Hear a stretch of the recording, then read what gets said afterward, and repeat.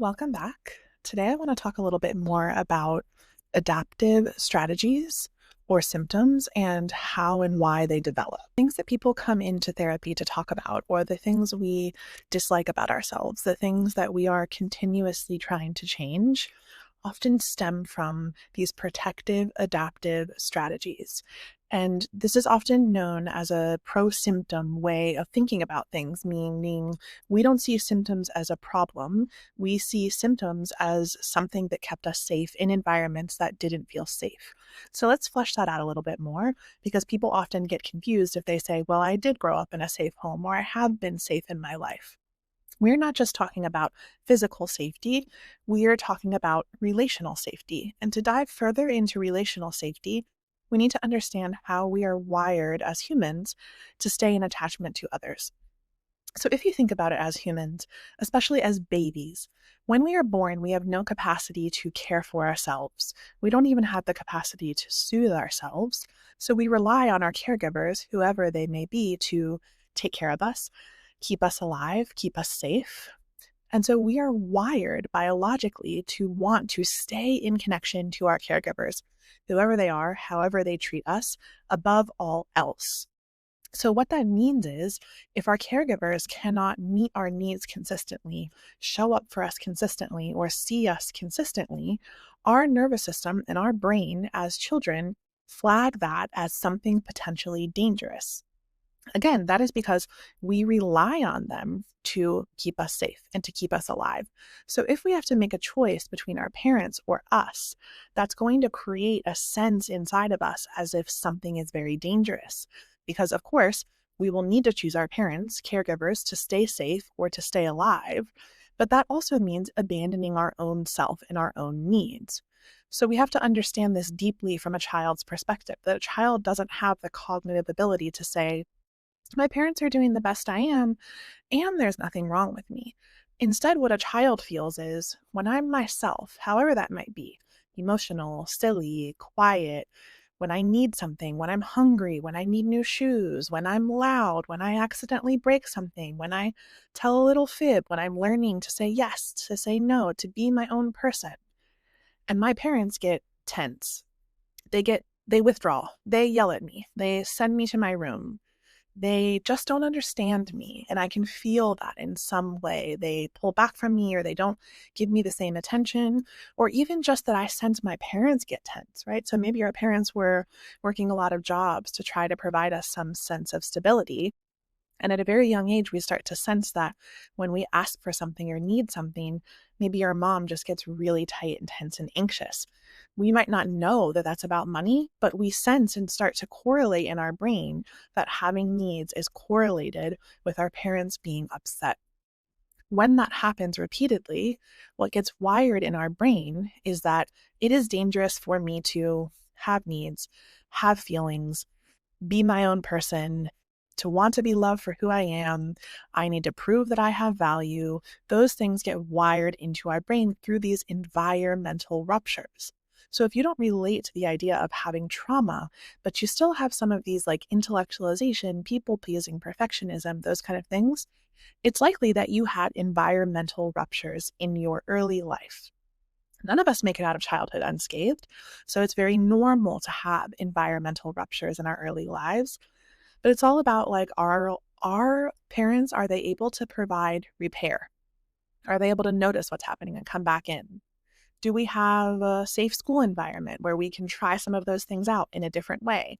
Do we have other adults in our lives who can see us? And just generally, like, what is our level of resilience? How supported and safe does our family feel in the society we live in? All of those things contribute to how these brain pathways get wired.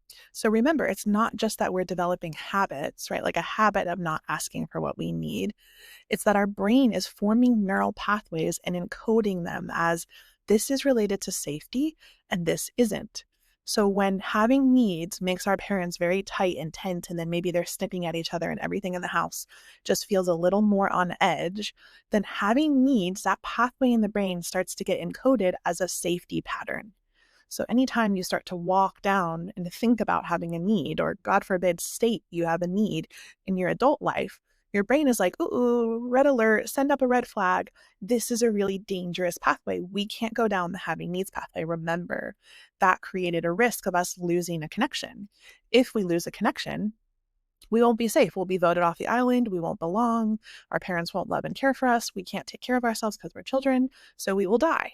So that's literally what gets set up in our brain that in our adult lives, having a need, even something as small as, say, like you ordered a drink with oat milk and you watch them make it with dairy milk, going up and stating that need, like, hey, sorry, I have a dairy allergy and I really need it to be made with oat milk, which seems very simple. If it in our brain pathway is encoded as a safety pathway, our brain is going to set off a red alert that will feel so disproportionate to what's happening in that moment. Like our level of anxiety and stress and tension and the shoulders going up around going and stating this very simple thing will feel as if the world is about to crumble. And oftentimes we see that happening, especially if we're intellectualizers and we kind of are observing everything all of the time from this intellectual place. We'll say, well, what's wrong with you? It's not a big deal to have a need. Why don't you just say what you want or say what you need? Like, this is ridiculous. You're an adult. This is embarrassing. So we might have enough knowledge to see that happening. But that in its own way is another one of these protective strategies where you're turning on yourself. So you see the thing you don't like, but instead of recognizing where that comes from and what feelings might be underneath the fact that having needs didn't feel safe for you, or having needs felt like you were going to get voted off the island, there might be grief around that. There might be anger. There might be fear around having needs. But feeling those things never felt safe. Maybe it wasn't modeled in your family. Maybe it just wasn't something that was done. And so then you create this new strategy of intellectualizing everything, looking at it very, very cognitively, and then using it to beat yourself up or turn against yourself, or using it as a way to almost distract yourself. Like, I'll go read everything about this and try to figure out how to have needs and have boundaries and cognitively understand it. But that is another safety pathway. Being in that intellectualized state and turning on ourselves and criticizing ourselves is also a pathway that is about trying to keep ourselves safe, not being present and noticing what's happening. So that is actually not a state from which you can make change either, because if the brain feels like things are unsafe, it will not allow us to make change. Waste of calories, we don't have the time, we're busy focusing on the tiger, don't care about any little self-help things you want to change. That's what happens. That's why it's so hard to make changes.